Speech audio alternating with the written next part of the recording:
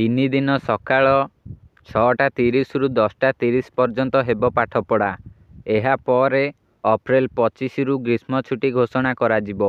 ଗ୍ରୀଷ୍ମ ପ୍ରବାହ ଓ ପାଣିପାଗ ବିଭାଗ ସୂଚନା ଦୃଷ୍ଟିରେ ରଖି ରାଜ୍ୟ ସରକାର ପରିଚାଳିତ ଅପ୍ରେଲ 22 ସୋମବାରରୁ 24 ତାରିଖ ବୁଧବାର ପର୍ଯ୍ୟନ୍ତ 3 ଦିନ ପାଇଁ ସମସ୍ତ ସରକାରୀ ଅନୁଦାନପ୍ରାପ୍ତ ଏବଂ ବେସରକାରୀ ବିଦ୍ୟାଳୟଗୁଡ଼ିକୁ ସକାଳ 6:30ରୁ 10:30 ପର୍ଯ୍ୟନ୍ତ ଖୋଲିବା ପାଇଁ ନିଷ୍ପତ୍ତି ନେଇଛନ୍ତି।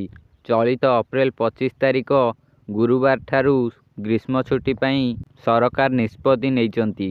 ଗ୍ରୀଷ୍ମ ଛୁଟି ସମୟରେ ସରକାରୀ ଏବଂ ବେସରକାରୀ ଅନୁଦାନପ୍ରାପ୍ତ ବିଦ୍ୟାଳୟରେ ଛାତ୍ରଛାତ୍ରୀ, ଶିକ୍ଷକ ଶିକ୍ଷୟିତ୍ରୀମାନଙ୍କ ପାଇଁ ଶିକ୍ଷା ଏବଂ ଶୈକ୍ଷିକ କାର୍ଯ୍ୟକ୍ରମ ନିମନ୍ତେ ରାଜ୍ୟ ପ୍ରାଥମିକ ଶିକ୍ଷା ନିର୍ଦ୍ଦେଶକ, ରାଜ୍ୟ ମାଧ୍ୟମିକ ଶିକ୍ଷା ନିର୍ଦ୍ଦେଶକ ଏବଂ ଉଚ୍ଚ ମାଧ୍ୟମିକ ଶିକ୍ଷା ନିର୍ଦ୍ଦେଶକଙ୍କ ପ୍ରତ୍ୟକ୍ଷ ତତ୍ତ୍ୱାବଧାନରେ ବିଦ୍ୟାଳୟ ପରିଚାଳନା କରାଯିବ।